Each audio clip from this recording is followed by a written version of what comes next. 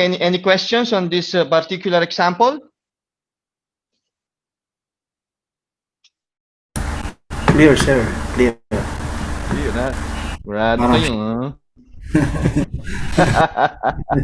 Okay. Saan na kaya tayo? Naku. Tama ba?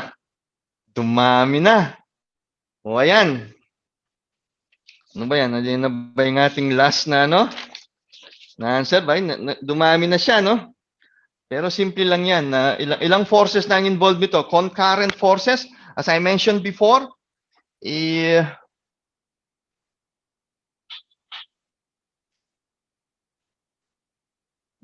dito na tayo. As I mentioned before, concurrent forces, at apat na forces, these are coplanar forces, right? Because nandun lang siya sa isang plane, nandito lang siya sa ating screen ngayon. At para lang siyang 2D, we call it 2D, two-dimensional. They are meeting at the same point. So these are called coplanar concurrent forces. Either nagmi-meet o dun sila nag-start, lumabas na ganon. So let us find dali lang akong tubig.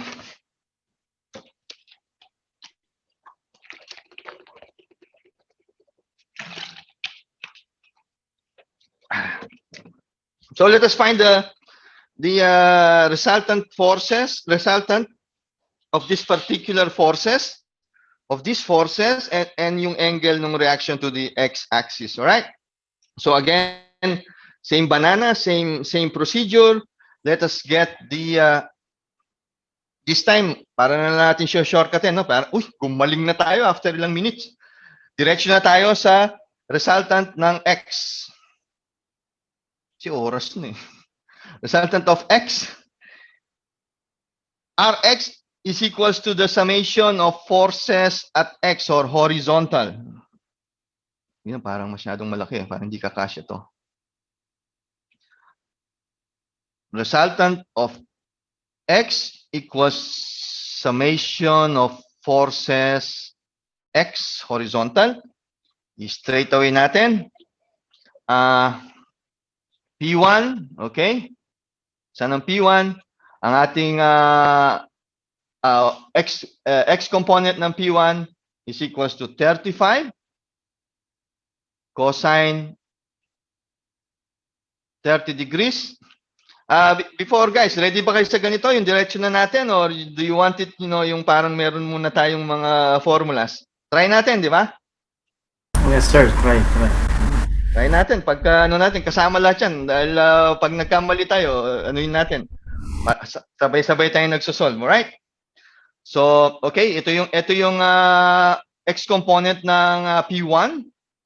And then, yung P2 naman natin, ang kanyang x component. Anong sign ng ating P2? Anong gagawin natin ngayon dito?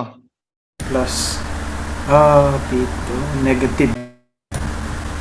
Negative siya kasi nandun siya dun sa left side or dun sa second quadrant, and we know when we discussed before, when it's in yung forces ay nasa second quadrant, x is negative.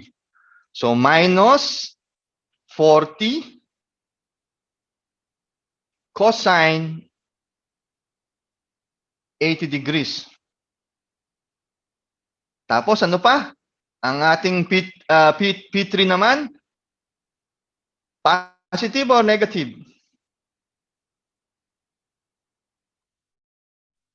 Negative.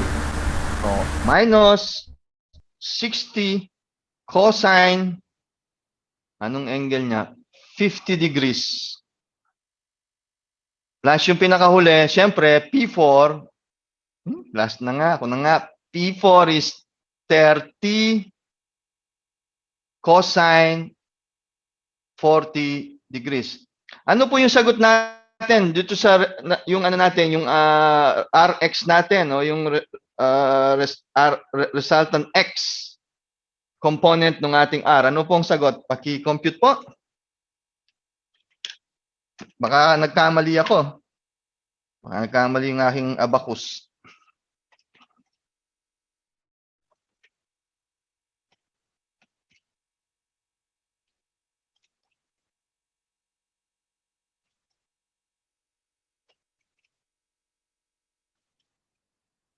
Yup.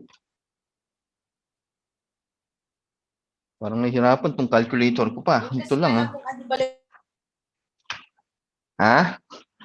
So, ang answer po natin, ano yung answer? Anybody? Anybody, engineers? 7.779.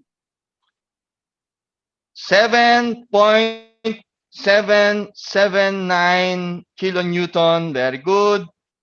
Positive siya, di ba? Alam na natin yan. So, papunta siya sa right. Okay? So, ang RY natin. Kaya nyo bang ano, guys? Kayong mag-solve nitong RY? Bigay, tapos after 1 minute ba o 30 seconds o ano? O ako na lang, sige. Kulang na yung oras. Marami pa. Okay.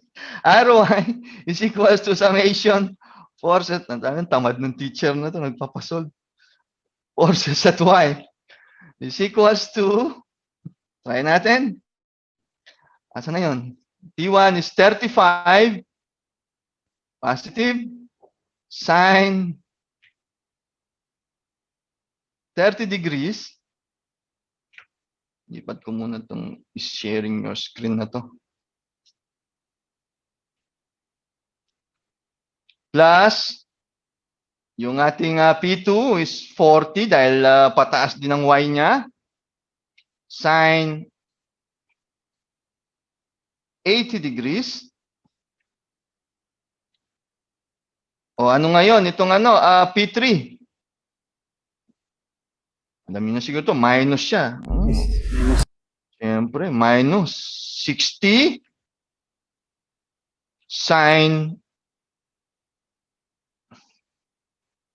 50 degrees. Tapos yung P4 is, of course, alam natin, pababa, 30 sine 40 degrees. So ano pong sagot natin, mga engineers? Para mag-move on na tayo. Move on.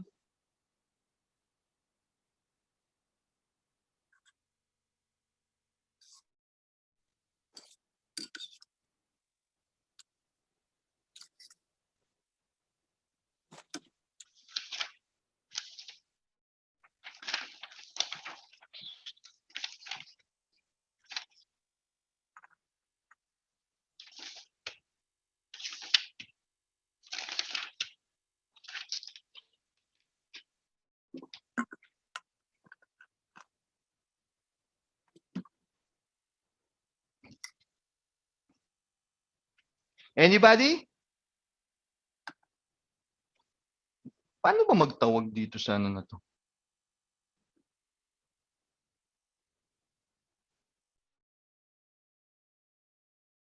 Hindi ko alam, sorry. So, okay, engineers, ang answer natin is, check nyo kung tama rin ang nakuha nyo, is negative 8.353 kilonewton. So, ibig sabihin ng ating RY is going down. Is this correct? Ganito rin ba ang nakuha nyo? Yes, sir. Yes, sir. Yes po, yes po. Oo nga. Wala akong tiwala sa sarili ko, kaya pino-compute ko lang ngayon. Just give me a few seconds. Wala rin kami tiwala, sir, sa sarili namin. Wag naman kayong gaya-gaya. Ako lang yun. Wala pa yan. Pero pagdating ng ano niyan na makikita nyo. O, tingnan nyo. Wala, pero ganun talaga. Negative 8.854 kilonewton. Okay, yun yung ating RY. So, alam na natin ngayon kung ano yung RY natin. Ganito yung figure natin, no? Ang ating Rx, ano siya, ano yung value niya? Halos equal siya. Yan ang ating Rx.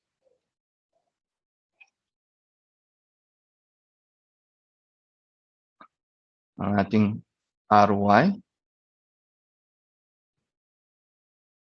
Mababa siya, di ba? Ay yung ating RY.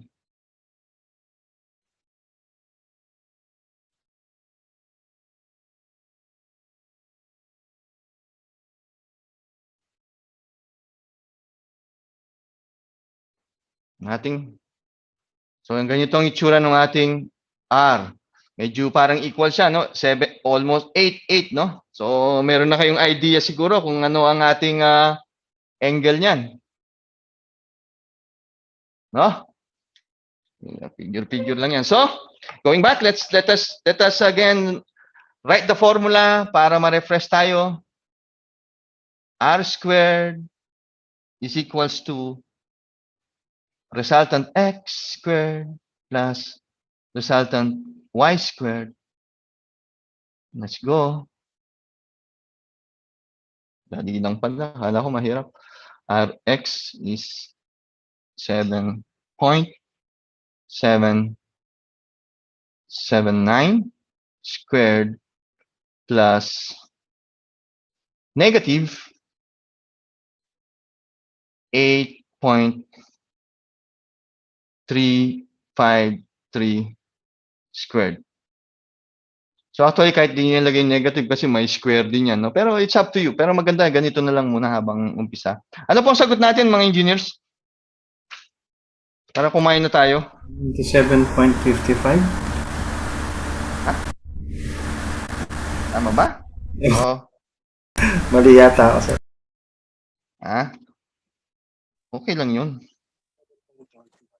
Nagluloko yung calcu ko, sir, ah. Ganun ba? Nagluloko ba yan?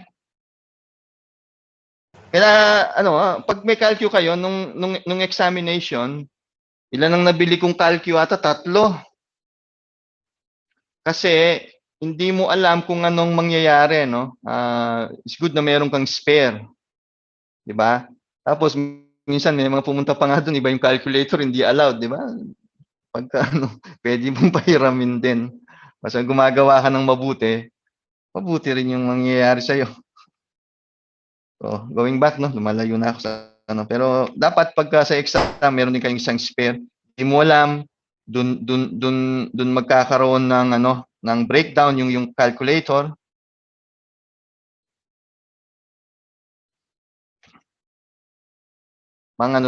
Panigurado lang. Pero syempre, yung gagamitin mong calculator na una, yung matagal mo nang ginagamit.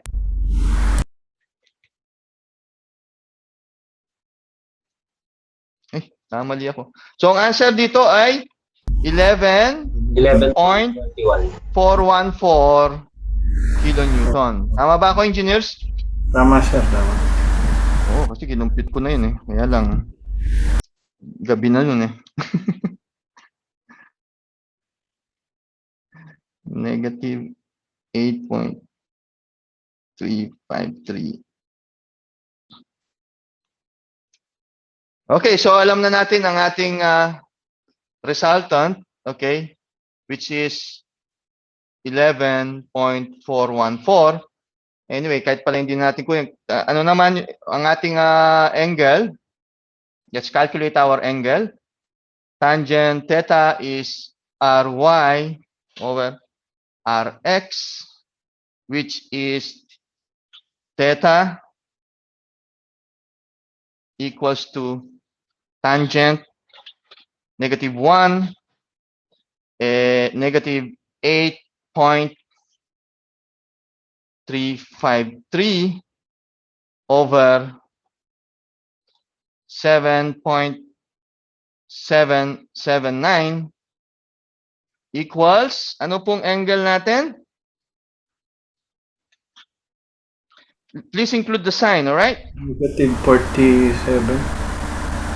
Negative 47.037. Okay. Okay, 04, 37 degrees. Very good, engineer. Thank you. So, ang ibig sabihin niyan, it's negative. So, dito siya clockwise from the x-axis. No? Kung dito natin nilalagay yun, ganito ang ating reaction. Resultant, sorry. Ganito ang ating resultant. And from this axis, it says that it is negative 47.037 degrees. Clockwise, no? Pag ganito ang ating, dito tayo nag-start, ang ating angle will be negative 47.037 degrees.